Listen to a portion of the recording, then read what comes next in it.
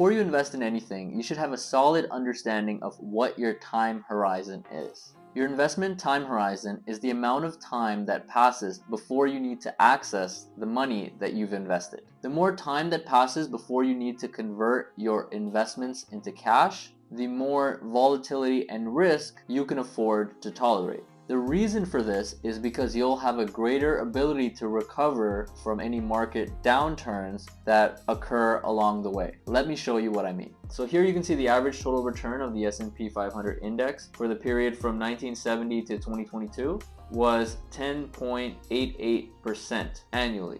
And you can see all of the catastrophic events that have taken place between 1970 and 2022. Let's just say you began your investing journey 2006, right before the birth of the iPhone and right after Hurricane Katrina, and you put your $10,000 in, or your dollar cost average from then till now, and you had a long-term time horizon, and you don't need to access your money for a long period of time. So you started investing in 2006. So in the financial crisis of 2008, when the market absolutely tanked, because you have a longer term time horizon, you're able to recover from any particular market downturn such as that one and do very, very well following that. Your time horizon is the key to your investing strategy. Regardless of how much money you have, you should first set your goals. Whether it be having enough for retirement or investing for financial freedom and retiring early, or buying your first home or saving for your child's education. Once you understand what your goals are, and yes, there can be multiple, you can then decide how much time you need to achieve them.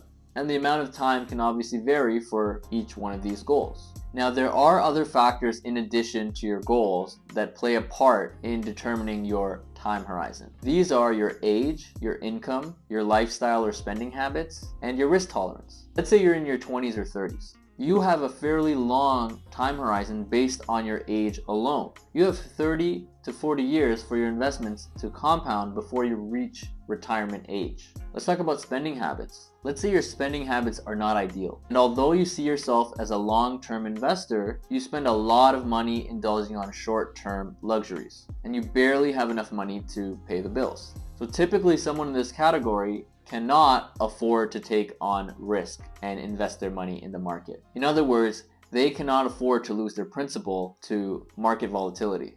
And this type of person has a short-term time horizon. And finally, let's talk about risk tolerance. Risk-averse investors, or investors that don't like to take on a lot of risk, are not interested in getting better returns in exchange for the risk of potentially losing their principal. They generally prefer more liquid assets. These people also have a short-term time horizon. A short-term time horizon falls between 1 and 3 years, and if this applies to you, you should be taking on minimal risk. With a short-term time horizon, it means you cannot afford to take a chance that you might lose much of your principal, because you won't have enough time to make up for the losses. For example, an older investor who is in the final stages preparing for retirement might have a short-term time horizon and be highly risk-averse. They're going to soon need to fund their living expenses from their assets rather than from their paycheck. Another example is a young couple planning to buy a home within 5 months. They have a shorter time horizon because they're counting on being able to write a check for a down payment with a set dollar figure.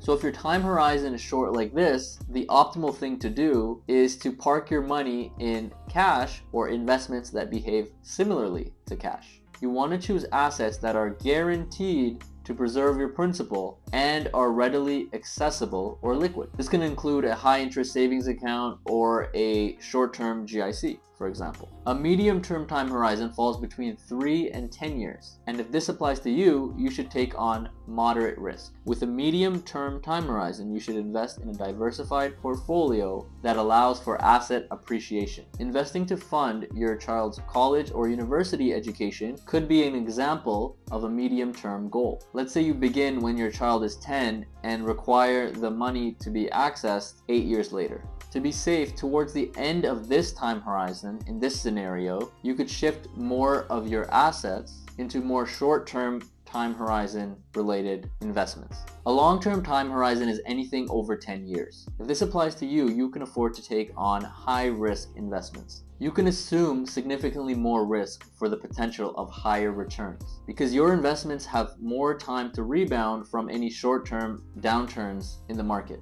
You can focus your asset allocation on stocks and also have some fixed income to diversify. Many investors with long-term time horizons are typically saving for retirement. There's a concept known as life cycle investing. It states that younger investors with many years until retirement should allocate a higher proportion of their portfolio to stocks. And over time, as they age, they can transition from stocks to fixed income. I hope you found this video helpful. As always, drop a like if you did and subscribe for more investing content.